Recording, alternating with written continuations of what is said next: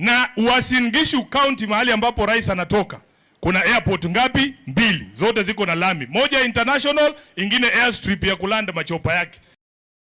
Now that is not all from Senator Edwin Sifuna, who is coming out to tell President William Ruto nothing but the truth. I'm going to play the rest of that particular clip shortly. But before you do that, in case this is your first time, kindly support us by subscribing and turning on the notifications bell. Let us now listen to what Senator Edwin Sifuna is telling President William Ruto in Mandera. Mimi nimeshangaa sana wakati nafika hapa. Ni mara yangu ya kwanza kuja katika kaunti ya Mandera. Kuanzia kwa airport, ukishuka kwa airport, mtu umetoka Nairobi ukiwa msafi unaingia kwa vumbi. Na Uasin Gishu County mahali ambapo rais anatoka, kuna airport ngapi? 2. Zote ziko na lami. Moja international, ingine airstrip ya kulanda machopa yake. Sasa akikuja hapa tumuulize, wakati unajenga airstrip 2 Uasin Gishu, kilomita 3 ya lami hapa Mandera itakushinda? Sasa ukiweka hiyo ndio waulize hawa watu kura. Lakini tukiendelea kuishi kwa vumbi hivi haiwezekani. Mheshimiwa Roba, nimeshtuka sana. Mimi naingia Mandera, hakuna stima Mandera. Mwaka mzima tangu Ramadhan mwaka ule mwingine. Mwaka mzima watu wanakaa bila stima kuanzia Ramadhani ya last year. Ramadhan ndio hii ingine natupata chini ya wiki 4, hakuna stima Mandera. Wewe unatuambia unataka 99%, utatoa wapi bana my friend? Kama watu wa Mandera hapa hawana stima, generators zimekufa mwaka mzima. Kila siku governor anapiga simu Nairobi wanamwambia generators zinakuja. Ambia Ruto akuje na hizo generator next week. Akuje nazo. Niseme hii maneno ama niwache? Niseme nisiseme? Kwa sababu hakuna stima Mandera. Hata hospitali ile tumepelekwa ambayo ilijengwa na county government inakimbia na generator. Mtu anapelekwa theater ako na generator, mafuta ikiisha kwa hiyo generator tunapoteza mtu. Kwa sababu ya hiyo shida ya stima hakuna maji. Nimeenda kwa fire station ya municipal, kitu kimejengwa vizuri na pesa za devolution zile baba aliwapatia, lakini maji hadi lazima iletwe na Bowser kwa sababu hatuna stima ya kuleta maji. Utatoa wapi kura 98% bwana my friend? Muache kudanganyana bwana. Tuache kudanganyana. Usiposuluhisha masuala ambayo yanawakabidhi wananchi, wacha kutusumbua hapa. Patiana hiyo nafasi mtu mwingine afanye hiyo kazi kama kazi imekushinda. Ama namna gani? Tunaambiwa huko Nairobi, unajua nimewaambia ukikula chakula ya mama yako tu unafikiria kila kitu iko sawa. Nimekuja hapa nikashangaa tukiwa katika ofisi zetu kule Nairobi, air condition ndio yeye inalia mzuri. Cherargei amekaa namna hii amekula chakula ya bunge. Anasema county government isiguze kazi ambazo ni za kitaifa. Haya, mimi pia nataka nijiunge na wenzangu wanaosema ya kwamba ni wakati sasa tusuluhishe hili swala la IEBC. Ndugu zetu wa Banisa sasa ni mwaka wa 2 wamekaa bila mwakilishi pale bunge. Na ni kitu ambacho hakikubaliki kikatiba na kisheria. Huyu ndugu yetu Cherargei na wadanganya ati ni watu wa Wiper wamesimamisha hii mambo ya IEBC.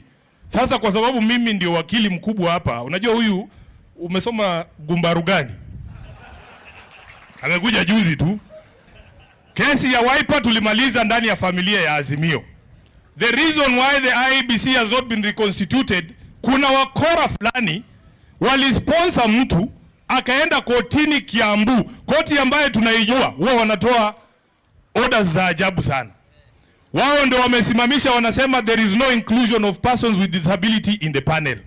Kwa hivyo Cherargei, kwa sababu hata usiku ulituambia kuna vitu mnachoranga, mimi najua hata hiyo ni nyinyi mmechora. Endeni mtoe kesi ya Kiambu, na kama haiwezi tolewa huyo Chief Justice aharakishe hiyo kesi ifanye nini? Ikamilike. Na jioni nimekaa nikashtuka mnaniambia watu ya UDM hatuo, watu wa Banisa tayari wamechaguana. Nikasema na sisi watu wa UDM hamkutuambia kuna uchaguzi. Kwa sababu kama kuna uchaguzi, hata sisi watu wa UDM tunaweza kuangukia bahati yetu tuongee na hawa wananchi watupatie kiti. Kwa hivyo ule candidate mmechagua wa UDM akae tayari, wakati IEBC itasema kipenga kimepigwa, tuingie sisi wote kwa debe, alafu wananchi wafanye nini? Waamue. Other than that, hii mambo ingine ya 2027, unajua mimi kama katibu wa chama, I am very clear in my mind. usipofanyia wananchi kazi, hata ufanye nini, haki ya Mungu, hakuna kitu unapata. Si nyinyi mnataka kazi? Mnataka kazi ama story? Wakati ya story ilikwisha, Mheshimiwa Cherargei, tunajua mko sawa na mastori, lakini saa hii ni kazi. Akiingia mwambie weka lami kwa airport, arudishe stima, arudishe maji, arudishe hivi vitu. I love what Senator Edwin Sifuna is saying. In fact, if we can have 47 senators like Senator Edwin Sifuna, we can have better leaders who can take this country forward. You know, telling President William Ruto the truth, it is what is lacking. Even recently, PK Salasia told him nothing but the truth in Mumias East constituency. And some people started saying that he is disrespecting the head of state. He was just saying social health authority is not working. Now, Senator Edwin Sifuna is painting a clear picture of Mandera County, and those who are close to the head of state should not lie to him. Before I give you a clear picture of what Senator Edwin Sifuna is painting, in case this is your first time on the Sport Check YouTube channel, kindly support us by subscribing and turning on the notifications bell. We are on a mission to 6,000 subscribers before the end of this month, and we can't hit 6K without you subscribing. And if you are a returning subscriber, thank you so much for supporting this YouTube channel. Now, Senator Edwin Sifuna is exposing how Mandera is underdeveloped, despite the fact there are functions that are devolved. We have the devolved government, and we have the Mandera County government, and is telling the people of Mandera that there is no airport. Ni ukweli, si story za jaba. Ni ukweli, there is no good airport. Unaelewa? And he's trying to compare that airport with that airport in Uasin Gishu County, and also what President William Samoei Arap Ruto is having. So Mandera and Uasin Gishu County, those are two different worlds, despite the fact that they are in the same country. And I think that devolution, the main intention of devolution was to take services to the people of Kenya. And Senator Edwin Sifuna is talking about something that is very important: electricity, power. Remember, health is a devolved function. And if there is no electricity, there are some important procedures that cannot be done without power. Kama kuna generator hazifanyi. Senator Sifuna is pointing out, and I think these people who are close to the head of state, they should just come out with a clear plan. I have been seeing the head of state launching last mile connectivity. Like yesterday, it was in Shinyalu, I think. Yeah, not I think, but that is the truth. It was in Shinyalu launching the last mile connectivity project. So I think that last mile connectivity project should also be launched. One of it should be launched in Mandera County, because there is no way an hospital can operate without power. How about water? Water is very basic. Now, the people of Mandera, I'm certain that most of them are suffering. They don't have water, and that is the reality. But the leaders who are in UDA in Mandera County, led by their current senator, who was also their governor, they are not telling President William Ruto what is happening on the ground. And this clearly speaks that even in 2027, it will be very difficult to elect President William Ruto, because Kenyans are not seeing the fruits of his government. And when somebody comes out to speak the truth, that person is being branded like a liar, someone who is having bad wishes to this administration. It is just about telling the truth. Nobody wishes President William Samoei Arap Ruto anything bad to happen to him. Everybody wants his government to succeed. And if the government can succeed, I'm telling you, we shall have a better place to live in. Now, the other thing that Senator Edwin Sifuna is talking about is the IEBC.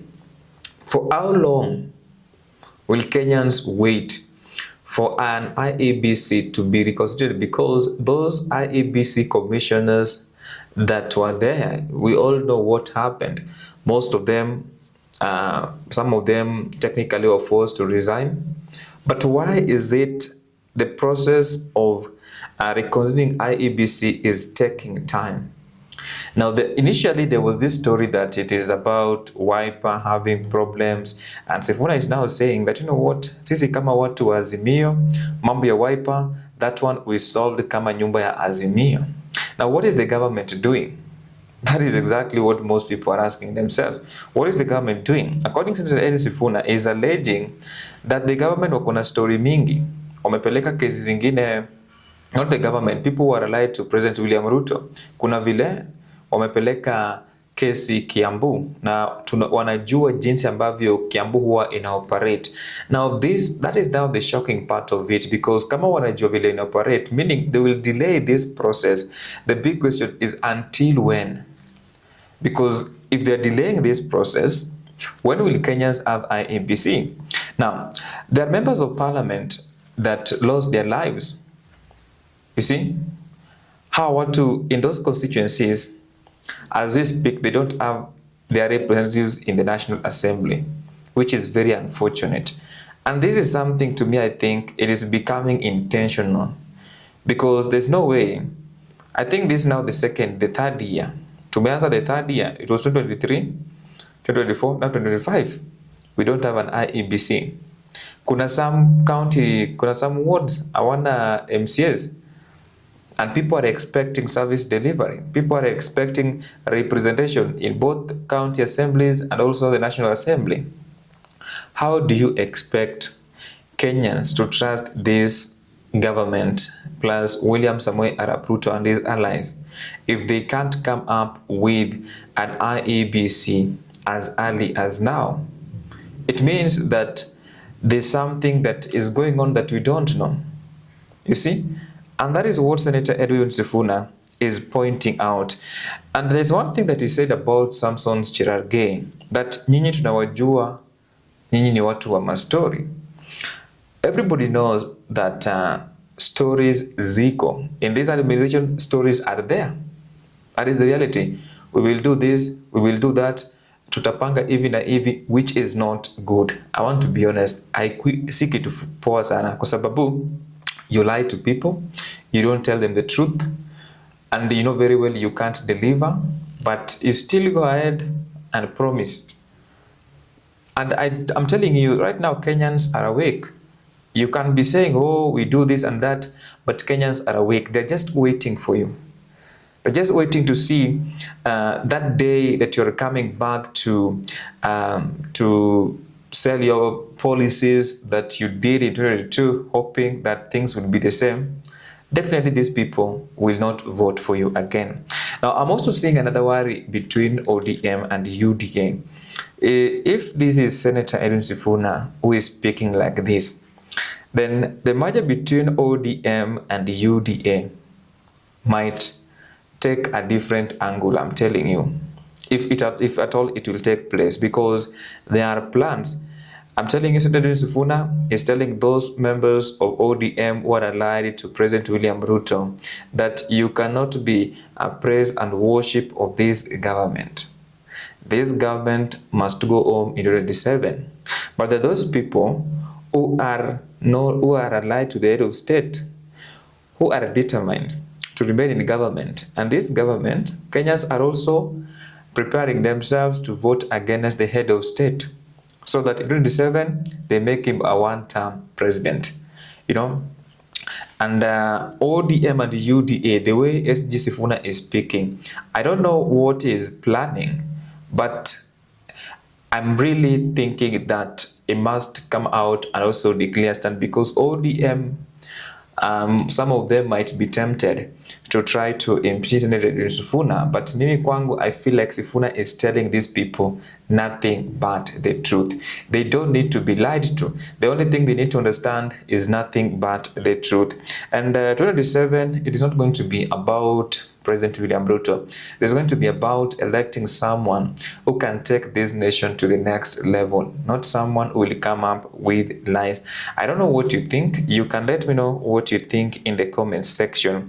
But that is just my opinion. But what Senator Edwin Sifuna is doing, and if those leaders are listening to Senator Edwin Sifuna, what they should do, they should come up with a good policy, make a proposal to President William Ruto to build a good airport in Mandera, because we just want every part of this country to be developed. Not that ukienda Kiambu, ukienda anywhere, some places unapata kwamba those places are developed as compared to what is taking place in other parts of the country. Then there is no power. They should also come up with a proposal to make sure that there is those last mile connectivity projects that must be launched by the president, so as to make the people of Mandera to feel included in this administration. Then water is very important. I'm just reminding them, water is very important.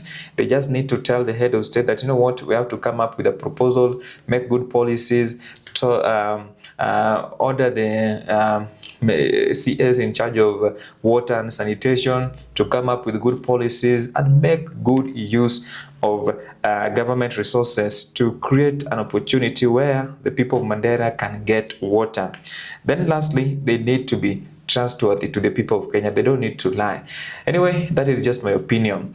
I promised at the end of my videos to carry out civic education. This is what you need to do. You need to register as a voter as soon as possible.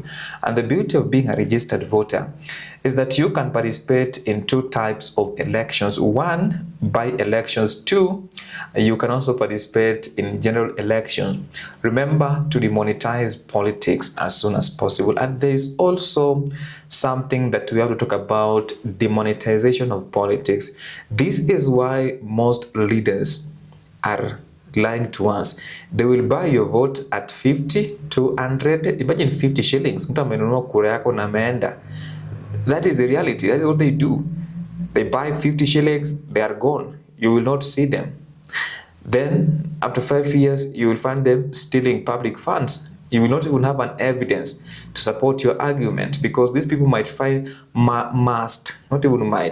find a way of getting back their money. And that is exactly what we need to eradicate. The monetization of politics is a disease. We need to demonetize it as soon as possible. And lastly, you need to vote for someone with a vision. Anyone who is coming to your ward, constituency, county, and the country, these people must give you a clear vision. Because if you elect someone who is visionless, what do you expect? There will be no service delivery. There will be no proper policies to propel this nation, because especially members of the National Assembly, these people must be, we must get people of high integrity, people with vision, people who can oversight the national government. We don't need to elect yes women and men in the National Assembly so as just to massage their ego that, you know what, oh, they are representing us. No, we must come up with good leaders in 2027. In 2027, it is not going to be about President William Ruto or Raila Odinga or ODM or UDA. It is going to be about your future. If you make a mistake of accepting lies again in the name of a vision, remember we were told stories are hustlers, hustler fans, sijui hustler nation, sijui nini nini. At the end of the day, hakuna kitu ambacho kimefanyika. And that's all. Hakuna kitu ambacho kimefanyika. And that has been happening for a very long time. But people don't take it seriously. We are just there because we are electing people without a vision. Now, please remember to subscribe. We are on a mission to 6,000 subscribers before the end of this month. We are just short with 100 subscribers. So if you can subscribe and you turn on the notifications bell, we will be in a position to hit our target. Then for those people who have been leaving a feedback, I thank you so much for supporting this YouTube channel, because without your support we cannot be at this particular time. So thank you so much. Remember to like the video. I will see you in the next video. Bye. This is the Spot Check.